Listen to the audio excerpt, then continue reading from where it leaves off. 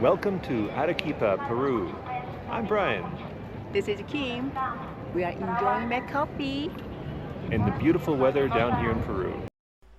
Located about 16 hours south of Lima, Arequipa has a population of about 1.3 million people, making it the second largest city in Peru. The hotel we stayed in was called Los Tambos and was located right near the old town on the main walking street. It was very convenient.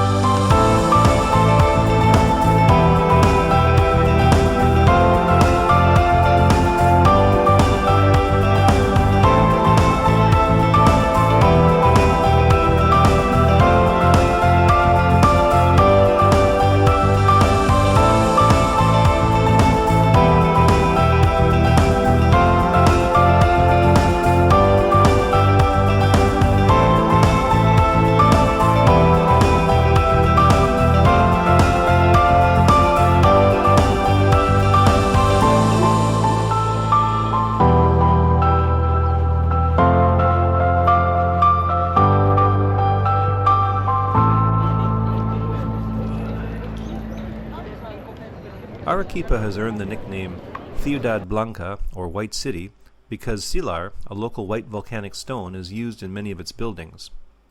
The city has a cathedral and several churches dating from the Spanish colonial period. The historic city center, which was designated a UNESCO World Heritage Site in 2000, was damaged by a powerful earthquake the following year. The city site of Arequipa has been occupied by various people for millennia. Under the Incan Empire, Arequipa was an important point on the route from Cuzco to the seacoast. Later, the city was refounded in 1540s on orders from the conquistador Francisco Pizarro in order to establish a stronghold in the region. Walking around the old town of Arequipa, we noticed that the congestion from cars wasn't too bad compared with many other cities we visited in Peru, such as Lima, and later on in Cuzco and Trujillo up in the north. It was actually quite pleasant not having to worry about a lot of exhaust and car pollution as we walked the streets of the old town.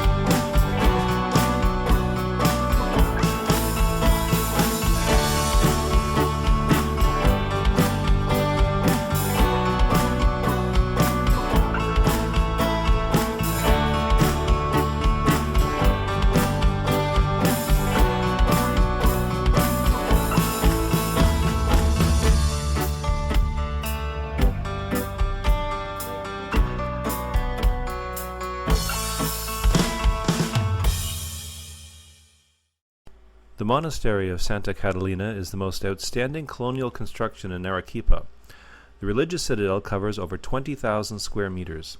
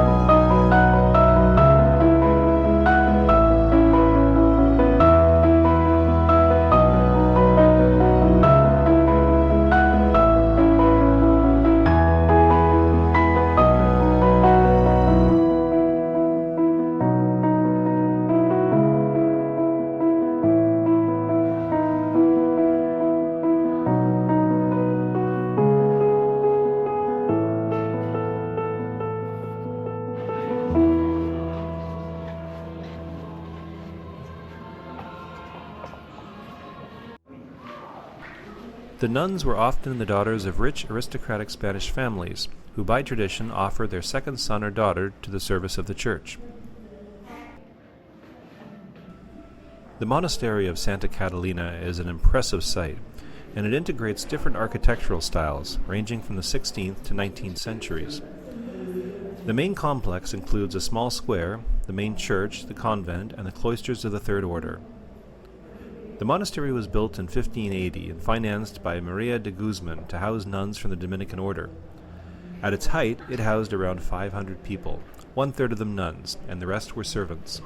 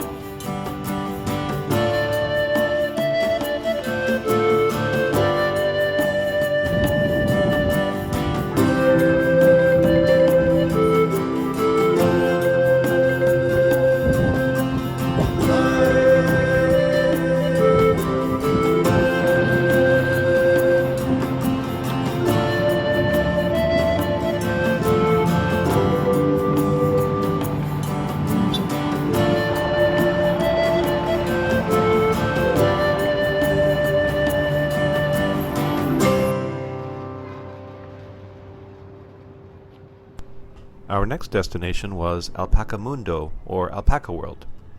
This was located in a roundabout not far from the old town. One of the nice features about this museum was it was free.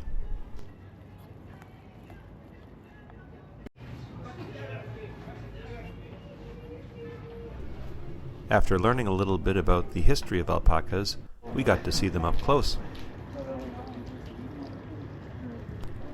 At this time, the alpacas were less interested in the visitors than they were in the food on the ground. However, this would change when we returned a little while later.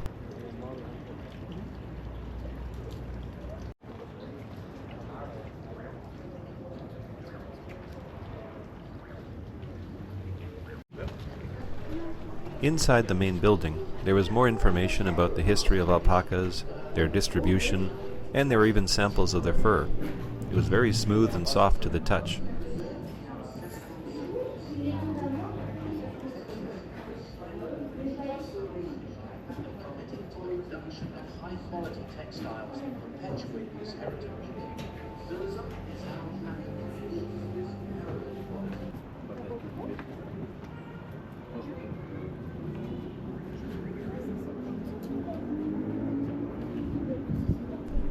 Also in the building were two women dressed in traditional Peruvian outfits. They were doing weaving using fabrics of many different colors.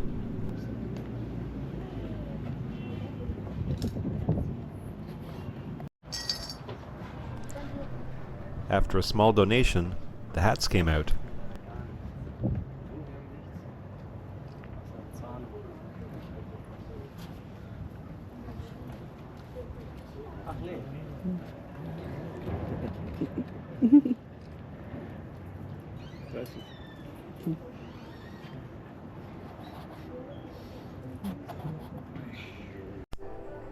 Although it was a small museum, we enjoyed our time at Alpaca World. It had a number of exhibits, live alpacas you could see, and it also gave us a good sense of the history of alpacas and the textiles that are made from them.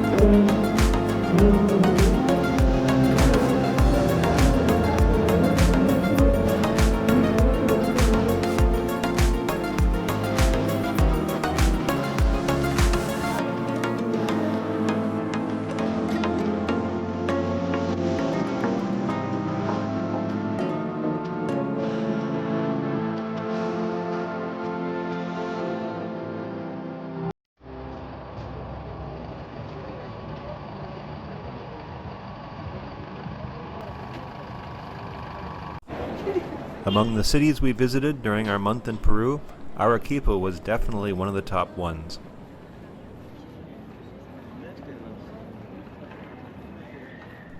In our next episode, we'll be doing an interesting but hectic day trip outside of Arequipa, where we check out the Ruta del Sillar and learn more about the origin of the rocks used in so many of Arequipa's buildings.